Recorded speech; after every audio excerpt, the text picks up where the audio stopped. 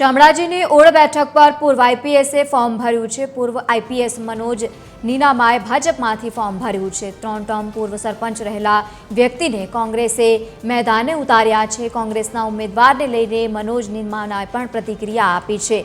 3 વખત હોય કે 30 વખત પરિણામ પ્રજા નક્કી કરશે તે પ્રમાણેનું નિવેદન આપ્યું છે।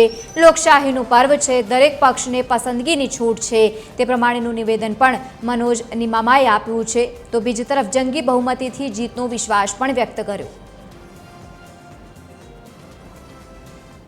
અને આજે જ્યારે અમારા ફોર્મ ભરાઈ રહ્યા છે તમામ ઉમેદવારોને હું તમામને શુભેચ્છા પાઠવું છું અને આ પ્રક્રિયામાં ભાગ લેનાર તમામ પાયાના કાર્યકરો, હોદ્દેદારો અને સંગઠનના હોદ્દેદારોનો ખૂબ ખૂબ આભાર માનું છું। અને આજ પ્રમાણે જે આપણે જોઈ રહ્યા છીએ એ પ્રમાણે જો અમને પ્રજાનો સાથ અને સહકાર મળશે અને આનાથી પણ વધુ પ્રમાણમાં તમામ ઉમેદવારો જંગી બહુમતીથી આપણે જીતશે એવો વિશ્વાસ પણ વ્યક્ત કરું છું। કોઈ પણ પાર્ટી કોઈ પણ ઉમેદવારને ઊભા રાખવા માટે સ્વતંત્ર છે, લોકશાહી છે। 3 વાર હોય કે 30 વાર હોય એ પ્રજા નક્કી કરશે। આજે લોકશાહીના પર્વના આજે તાલુકા પંચાયત, જિલ્લા પંચાયતના જે ફોર્મ ભરાઈ રહ્યા છે અને તમામ પક્ષોના આજે અહીંયા ફોર્મ સ્વીકારાયા છે। પણ એક વાત ચોક્કસ કહીશ કે જે વિકાસની વાત લઈને ભારતીય જનતા પાર્ટી અહીંયા આવી છે, લોકો સુધી પહોંચી છે અને એના કામો લોકો સુધી જે પહોંચાયા છે એનો ઉત્સાહ નીચે ફોર્મ ભરવામાં અને પ્રજામાં મતદારોમાં જોવાઈ રહ્યો છે।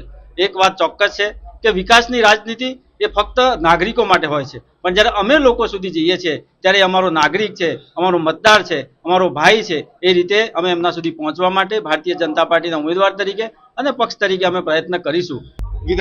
ભિલોડા અને મેઘરજ વિધાનસભાની અંદર નવરચિત શામળાજી તાલુકાની અંદર આજે 16 તાલુકા પંચાયત અને 3 જિલ્લા પંચાયતના ફોર્મ અહીંયા શામળાજી ખાતે ભરવામાં આવ્યા છે અને આ જંગી બહુમતીથી અને આખા વિસ્તારના નાગરિકો આ રેલીમાં જોડાયા છે। લગભગ હું માનું છું ત્યાં સુધી 5 થી 6 હજાર જેટલી જનમેદની મારી સાથે છે અને એક મંત્રી તરીકે આશ્વાસ્ત કરું કે આ ભિલોડા મત વિસ્તાર, શામળાજી તાલુકો અને 3 તાલુકાની અંદર અમે સખતમાં સખત બહુમતીથી અમે જીતવાના છીએ।